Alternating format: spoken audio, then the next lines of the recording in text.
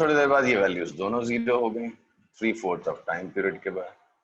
फिर उसके बाद इनका डायरेक्शन फिर उल्टा हो गया, ये ऐसा हो गया, ये ऐसा हो गया। तो ये हो गया आपका 70/8 के बाद सेकेंड से।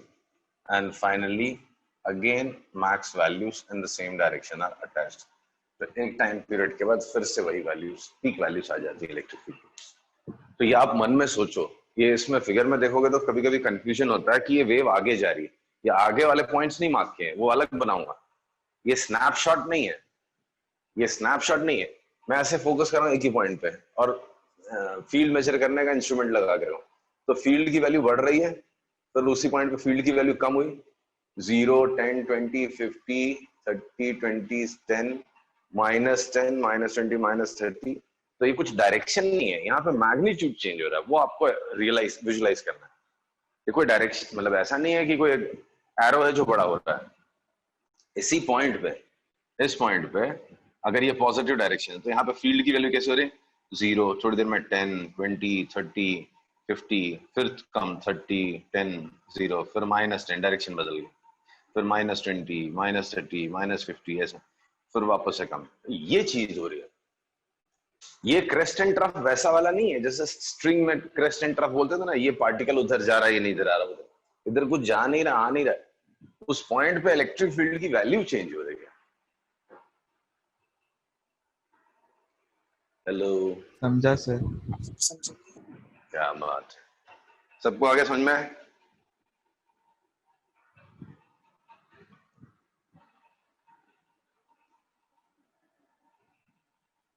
कोई आवाज नहीं दिया।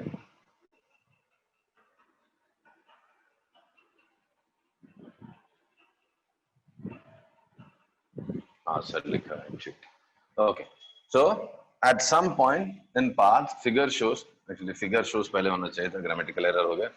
तो figure shows variation of electric field and magnetic field, ये ई है, ये बी है, with respect to time at some point in the path of the wave. Okay, ठीक है। अब इसमें कुछ चीजें जो आप नोट करने वाली हैं अभी यहीं पे। तो ये वेव जो है, लेट अस अज्यूम हमेशा के लिए मैं ये वेव के बारे में जो बता रहा हूँ, वेव जा रही है इधर, इलेक्ट्रिक फील्ड है इधर, बी है इधर। अब ये मत समझ लेना कि ये वेव आगे जा रही है, मैं अज्यूम कर रहा हूँ, मैं ऐसे लिख देता हूँ, चलो ऐसे लिख देता हूँ, irrespective of how wave is produced, it will satisfy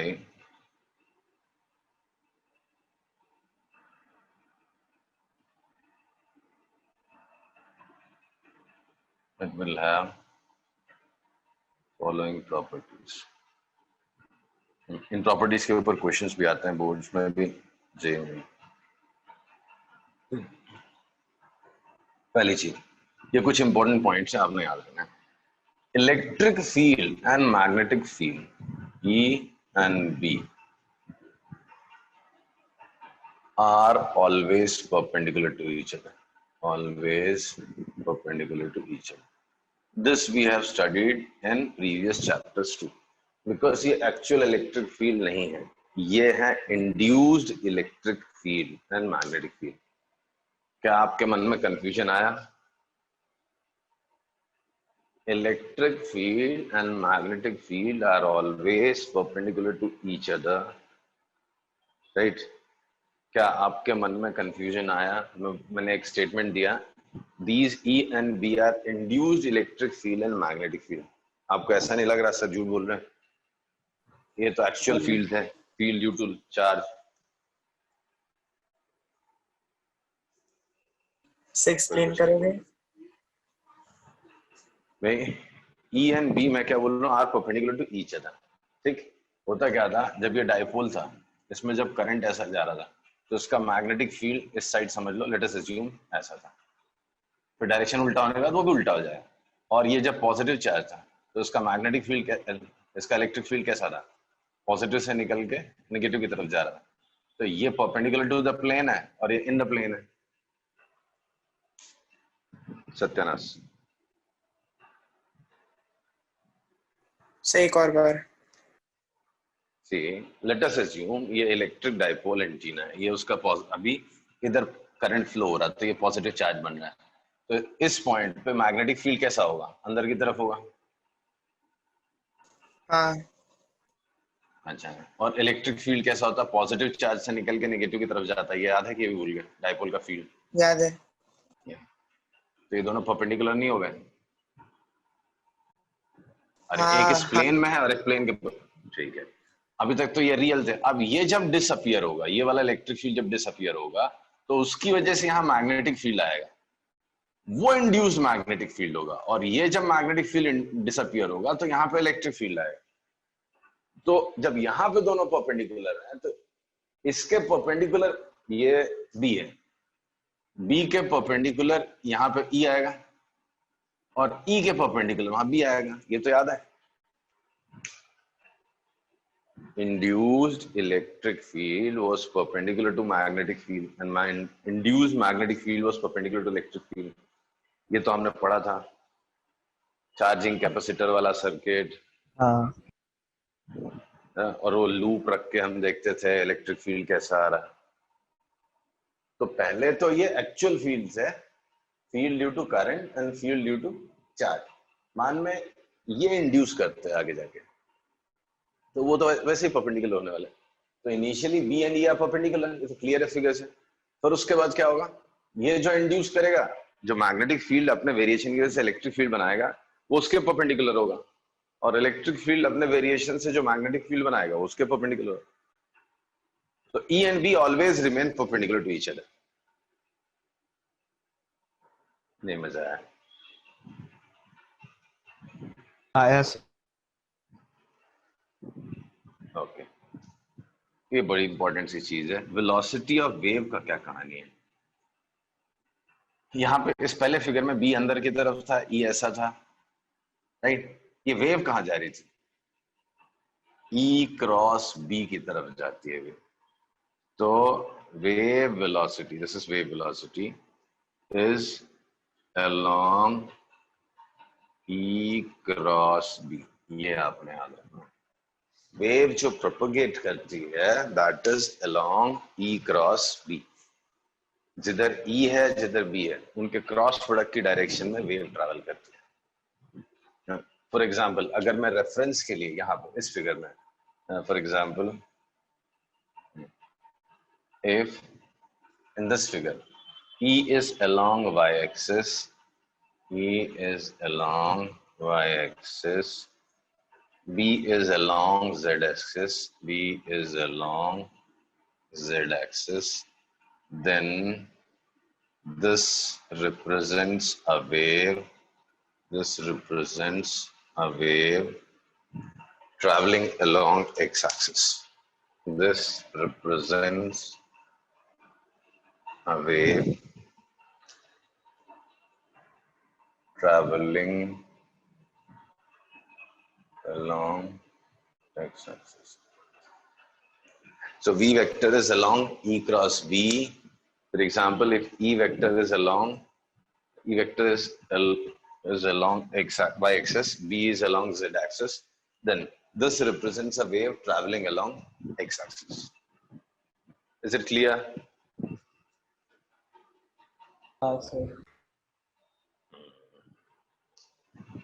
Please. E and B both vary simultaneously. So both vary in magnitude and direction sinusoidal. In magnitude and direction sinusoidal. And repeat. E and B both vary in magnitude and direction sinusoidal. ये दोनों sinusoidally vary करते हैं, magnitude में भी और direction में। Clear है? हाँ ठीक है। Then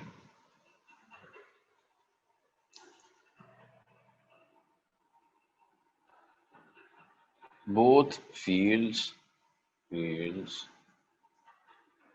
vary with same frequency obviously, ये तो इम्पोर्टेंट बात नहीं हुई। दूसरी इम्पोर्टेंट बात जो है वही है frequency and are always in phase, ये इम्पोर्टेंट बात है। They are always in phase, वो हमेशा फेज में होते हैं। जब एक अपनी मैक्स वैल्यू अटेन करता है तो दूसरी भी अपनी मैक्सिमम वैल्यू अटेन करता है। जब एक अपनी मिनिमम वैल्यू अटेन करता है तो दूसरी भी अपनी मिनिमम वैल्यू अटेन करता है। ये बड़ी इंपॉर्टेंट सी चीज होगी। So both are in phase. See यहाँ electric field and magnetic field both are in phase, मतलब अपनी मैक्स वैल्यू पे एट टी इक्वल्स टू 0। फिर दोनों ही अपनी 0 वैल्यू अटेन कर रहे हैं, फिर से दोनों अपनी डायरेक्शन चेंज कर लेते हैं साइमल्टेनियसली, फिर दोनों 0 साइमल्टेनियस, फिर दोनों अपोजिट डायरेक्शन में peak value simultaneously. So both of them are always in phase. हरी बात सुन में? हाँ सर। हाँ ओके, तो ये हो गई, समझ लो आप, इंट्रोडक्शन वेव की। ठीक है, हरी बात सुन में? ओके, तो ये तो हो गया था आपका variation with respect to time. अब मैं दिखाता हूं आपको variation with respect to space. तो रब कर दू ना? हाँ Now let me show you variations with respect to space. तो मैं आपको, जैसे एक रस्सी होती थी, रस्सी में ऐसी वेव हम खींचते, रस्सी में ऐसी वेव जारी होती थी, राइट? तो इसका हम लोग एक स्नैपशॉट लेते थे कि इस इंस्टेंट ये पार्टिकल यहाँ, ये पार्टिकल यहाँ, ये पार्टिकल यहाँ, ये पार्टिकल यहाँ, ये पार्टिकल यहाँ, ये पार्टिकल यहाँ, राइट? यही होता था ना। मैं आपसे पूछा भी था लास्ट ईयर, ये फिगर क्या रिप्रेजेंट करता है? ये ऐसा रिप्रेजेंट करता है कि सांप के जैसे वेव जा रही? नहीं, वेव तो सीधा जा रही। तो फिर ये फिगर क्या रिप्रेजेंट करता है? ये फिगर ये रिप्रेजेंट करता है, ये पार्टिकल अभी यहाँ नहीं है, it is here, this particle is not here, this particle is here, right ना? याद है? हाँ थोड़ी देर के बाद कैसा पिक्चर हो जाता था? ऐसा, ऐसा जाएगा। After some time this part wave travels here. तो ये पार्टिकल जो पहले यहां था, अब वो चक्के वहां पहुंच गया। जो पार्टिकल यहां था, सॉरी, अब वो यहां चला गया। तो this represents position of the particles with respect to time. ठीक है, तो let me show you the variations of wave with respect to, sorry, in space. एक मिनट जरा डाल लो।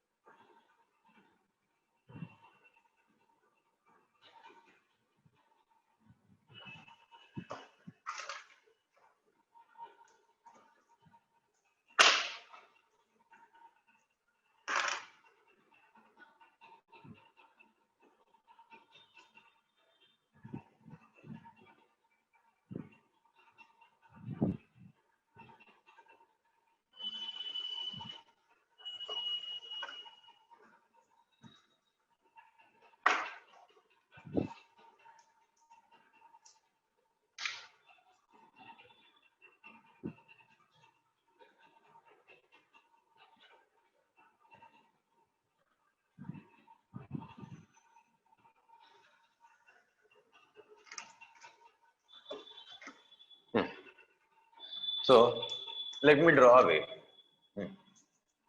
तो डायरेक्शंस में अज्यूम कर लेता हूँ। Suppose this is x axis, this भी y axis and this is Z axis, right? तो एक पहले ड्रॉ कर लेता हूँ मैं। ये पाथ है जिस पे वेव चल रही है, right? This is Y axis and this is Z axis. तो एक वेव का स्नैपशॉट कुछ ऐसा दिखाई देगा जिसमें आपको बहुत सारे कंफ्यूजन्स नहीं आएंगे। उसके बाद में मैं क्लियर करता हूँ अपने।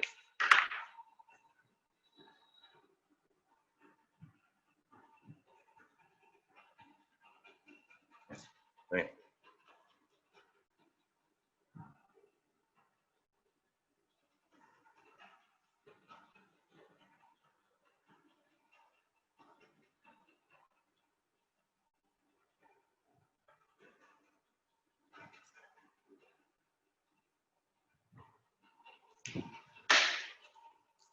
ये आपकी वेव है।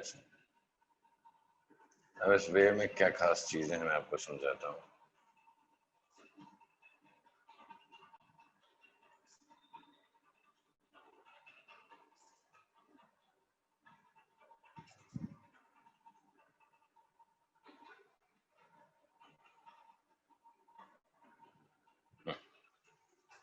So this is z axis, right?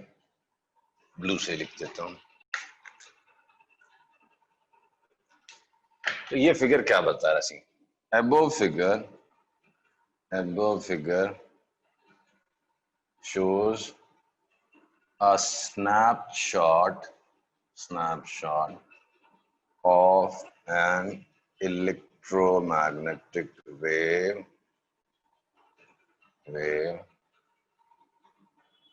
traveling along positive x-axis. ठीक, above figure shows one a wave traveling along positive x-axis. बराबर है? पिछली बार जो मैंने दिखाया था, एक ही पॉइंट से जब एक वेव निकलती है तो कैसे उस पॉइंट पे values electric field and magnetic field की चेंज होती है, वो दिखाया था। In this figure I have drawn a snapshot, मतलब एक पर्टिकुलर इंस्टेंट पे जो वेव एक स्पेस में स्प्रेड है, मतलब जा रही है, तो उसमें कहां पे कैसी वैल्यूज है वो दिखा रहा हूं। आज बार सुन में okay. तो पहली चीज here electric field is directed along y-axis and varies sinusoidally with respect to time and space. Hence its value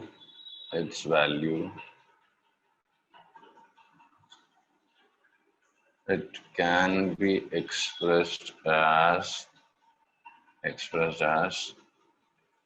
electric field which is acting along z-axis as a function of x and t is what, बार बार इतना पूरा नहीं लिखूंगा, एक बार समझाने लेना कि E is along y-axis, E is along y-axis and as a function of x and t is E n sin kx minus omega t। अब याद करके देख लो आप कहां से आया था, ये याद है?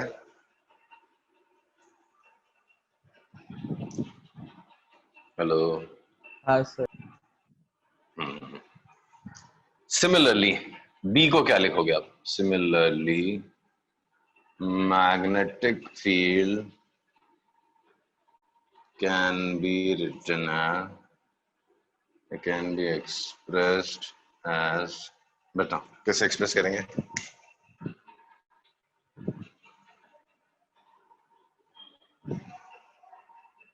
बोलो, बी किधर है? मैग्नेटिक फील्ड किस डायरेक्शन में दिख रहा है यहाँ पे?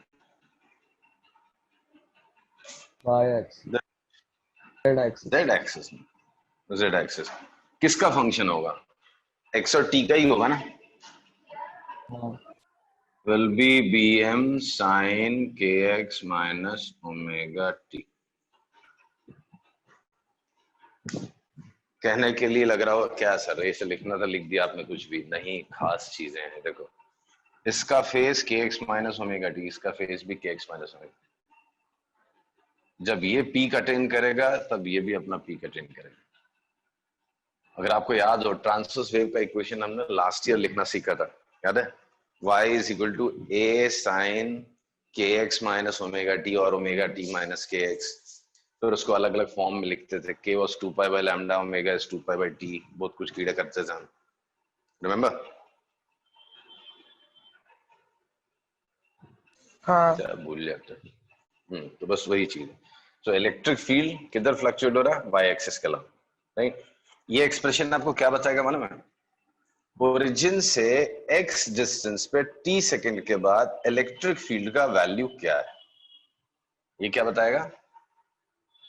ओरिजिन से x डिस्टेंस पे t सेकंड्स के बाद इलेक्ट्रिक फील्ड का वैल्यू क्या है, ये बताएगा।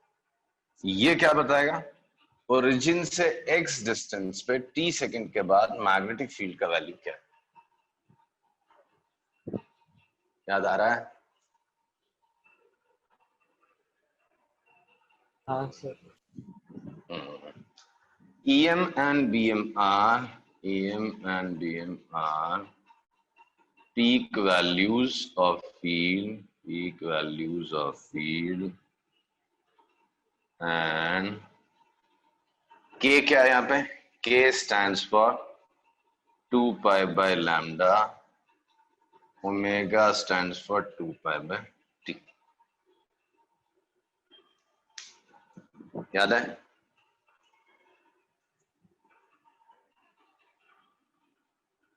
हाँ sir. By definition, wave velocity क्या होना चाहिए था? Wave velocity is lambda by t. This is the known. बाद में lambda और t फिर से explain करूँगा मैं, but still, for every wave we know very well v is what? Lambda by t. Lambda is distance traveled in capital T seconds, right? So v is lambda by t. तो दोनों को divide कर दो, तो omega by k. तो v को मैं लिख सकता हूँ omega by k, right? हाँ आगे चल के यही मैं दिखाऊंगा आपको, बहुत कुछ बनने वाला है। जैसे ओमेगा से ये अभी डिराइव करके दिखाऊंगा आपको। जैसे जो v है that is 1/√of mu naught epsilon not, यही बाद में जाके आपको यहाँ पे EM by BM बनेगा, वही ओमेगा बाई k है, वही E by B है। इसके ऊपर न्यूमेरिकल्स आते हैं ढेर सारे। कोई दूसरा फील्ड होगा तो उसमें म्यू मीडियम होगा तो उसमें mu naught and epsilon naught will be replaced by some other number, sorry, मतलब value of the constants in that medium। आ रही बात समझ में? हाँ नेक्स्ट थिंग, यहाँ पे आपको क्लियरली देखना है कि इलेक्ट्रिक फील्ड और मैग्नेटिक फील्ड की डायरेक्शंस क्या लिखा था पहले, ना electric field and magnetic field की डायरेक्शंस का क्या होना। यहाँ पे इलेक्ट्रिक फील्ड फ्लक्चुएट कर रहा है इधर और ये इधर, तो जा रही है एक्स एक्सिस। जरूरी नहीं है कि वेव एक्स एक्सिस के अलॉन्ग ही ट्रैवल करे, किधर भी जा सकते। बट इन एवरी केस, जो भी केस होंगे, इन एवरी केस जो वेलोसिटी वेक्टर होगा that will always be parallel to E cross B, and not only parallel, will be along E cross B. The velocity vector of wave, right? Velocity vector of wave will always be parallel to E cross B. इसमें कोई doubt?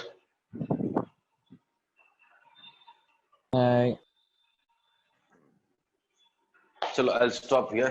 अभी देखा next class में 2 और lecture में खत्म हो जाएगा। इस वीक में इस चैप्टर को खत्म कर देंगे।